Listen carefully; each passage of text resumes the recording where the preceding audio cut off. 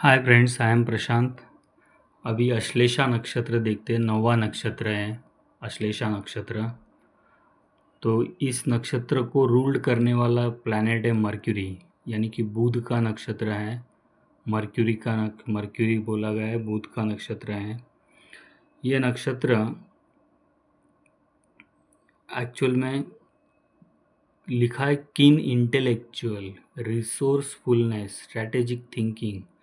ये इसके लिए लिखा है क्योंकि ये रूल्ड करता है मर्क्यूरी यानी कि बुध की वजह से। ये बुध मर्क्यूरी जो है, मर्क्यूरी यानी कि बुध की वजह से लिखा गया है कि कीन इंटेलिजेंस, रिसोर्सफुलनेस, स्ट्रैटेजिक थिंकिंग, ये सब होता है। डायटी यानी कि दैवत होता है नागाज। नागाज यानी कि डिवाइन सरपंट्स, यानी कि नाग देवता। नाग देवता यहाँ पे क्या होंगे? देवत होंगे, divine serpents who are guardian of hidden treasures.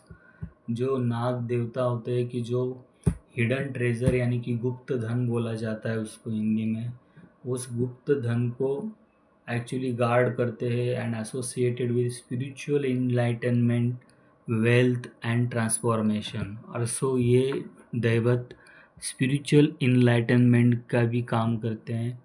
मतलब जो स्पिरिचुअल इनलाइटनमेंट होती है लोगों की, उसमें अगर अश्लेषा नक्षत्र में जन्म हुआ है तो उसको, उस पर्टिकुलर पर्सन को स्पिरिचुअल इनलाइटनमेंट होने के लिए उसको ज़रूर उस चीज़ में फ़ायदा होता है।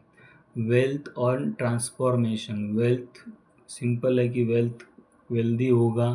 ट्रांसफॉर्मेशन सिंबल होता है कॉइल्ड सरपंट। कॉइल्ड सरपंट यानी कि अगेन सरपंट का मतलब वही है कि एक सांप या स्नेक का मीनिंग होता है। तो सरपंट कॉइल्ड होता है, लेकिन सिंबल का मीनिंग क्या दिया है कि symbolises the kundalini energy. Kundalini energy, kundalini शक्ति जो हमारी 7 चक्रास। तो एक्चुअली मैंने 7 चक्रास के ऊपर वीडियो भी बनाया है, उसमें चक्रा के वगैरह कलर वगैरह सब लिखा है या फिर दिया है। तो उस वीडियो में सब कुछ दिया है, कुंडलिनी कैसे जागृत होती है वगैरह। तो कुंडलिनी एनर्जी सिंबलाइज करता है वो सिंबल कॉइल्ड सरपंट। विजडम यानी कि शहानपन। इंट्यूशन यानी कि सिक्स सेंस हमें होता है। Dual nature of protection and danger. Dual nature होता है कि प्रोटेक्शन भी होता है और डेंजर भी होता है, क्योंकि सरपंट है तो वो हमेशा ऐसा होता है कि वो खुद भी डरा हुआ होता है, तो वो डेंजर यानी कि काट भी सकता है, यानी कि वो खुद के प्रोटेक्शन के लिए दूसरों को अटैक करता है। तो इसीलिए it's a dual nature of protection and danger. It is considered as तीक्ष्ण, तो हम इसको तीक्ष्ण बोलते हैं, और sharp.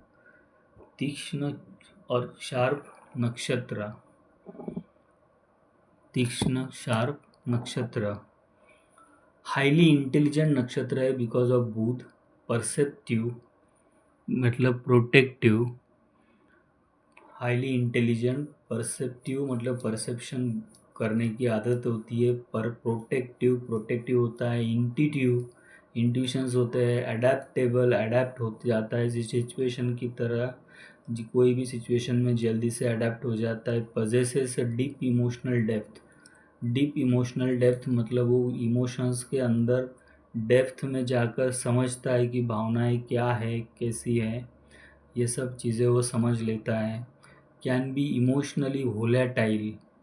Can be emotionally volatile, ये यहाँ पे थोड़ा प्रॉब्लम है कि इमोशनली वोलेटाइल होने का मतलब है कि वो भावनिक तौर पे हिंसक हो जाता है। भावनिक तौर पे हिंसक होने का मतलब है इमोशनली वोलेटाइल होना। सस्पिशियस मतलब वो किसी के समझ में जल्दी आता नहीं है वो पर्सन कैसा है, क्या है। क्रिटिकल होता है। मैनिपुलेटिव व्हेन थ्रेटन, जब घबराता है तो वो मैनिपुलेटिव हो जाता है। May have inner conflicts and insecurities, तो ये सब निगेटिव पॉइंट है उसके, कि इनर कॉन्फ्लिक्ट्स होते हैं, इनसिक्योरिटीज़ होती है। तो इसके ज़ोडिएक साइन है कैंसर, चारों चरण कैंसर में होते हैं। और इस तरह हमने पहले 9 नक्षत्र को कंप्लीट किया। 9 नक्षत्र मतलब हमने सभी 9 प्लैनेट के 9 नक्षत्र देखे, पहले 9 नक्षत्र। अभी हमें कल आगे 1-2 दिनों में बचे हुए 18 नक्षत्र भी देखने हैं। इसी तरह से हम ब्रीफली 5-5 मिनट में नक्षत्र के बारे में उसकी कैरेक्टरिस्टिक्स को देखेंगे। मतलब हमें आगे नक्षत्र के बारे में कोई क्वेरी नहीं रहेगी। आई होप सबको समझ में आता होगा। Thank you very much.